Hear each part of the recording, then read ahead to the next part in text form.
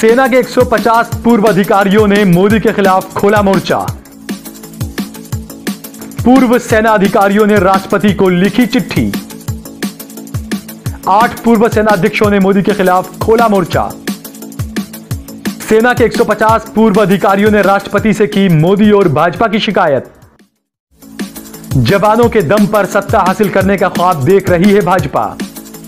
लोकसभा चुनाव को जीतने के लिए और प्रचार में राजनीतिक फायदे के लिए भारतीय सेना के नाम के इस्तेमाल से अनेक पूर्व सैन्य अधिकारियों ने नरेंद्र मोदी के खिलाफ मोर्चा खोल दिया है। करीब 150 पूर्व सैन्य अधिकारियों ने राजनीतिक लाभ के लिए सशस्त्र बलों के इस्तेमाल पर नाराजगी जताते हुए राष्ट्रपति रामनाथ कोविंद को एक पत्र लिखा है। पूर्व सैन्य अधिकारियों ने सेना के सर्वोच्च कमांडर यानी कि राष्ट्रपति से अनुरोध किया है कि वो सशस्त्र सेनाओं के अराजनीतिक चरित्र को बचाने के लिए वक्त निकल जाने से पहले ही हस्तक्षेप करें। राष्ट्रपति को चिट्ठी लिखने वालों में तीनों सेनाओं के 8 पूर्व प्रमुख शामिल हैं। चिट्ठी में पूर्व थल सेना प्रमुख जनरल एस.एफ. रॉड्रिग्स और भारतीय वायुसेना के पूर्व प्रमुख air chief marshal NC. Suri के भी नाम शामिल हैं। हालांकि इन दोनों ने चिट्ठी पर दस्तखत करने से इनकार किया है। यह पत्र राष्ट्रपति को 11 अप्रैल को लिखा गया है।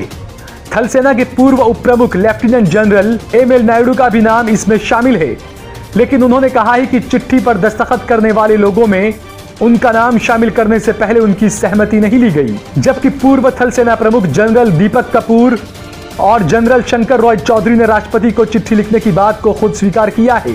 शंकर रॉय चौधरी ने कहा है कि एक महत्वपूर्ण मुद्दे पर पूर्व सैनिकों की भावनाओं को व्यक्त करते हुए यह पत्र लिखा गया है।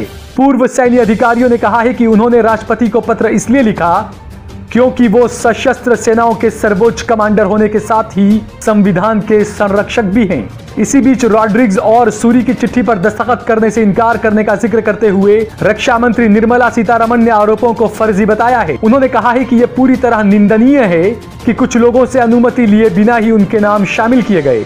लेकिन रक्षा मंत्री ने इस बात का जवाब नहीं दिया कि जो पूर्व सेना अध्यक्ष इस चिट्ठी पर अपने दस्तखत करने की बात को स्वीकार कर रहे हैं उनका क्या।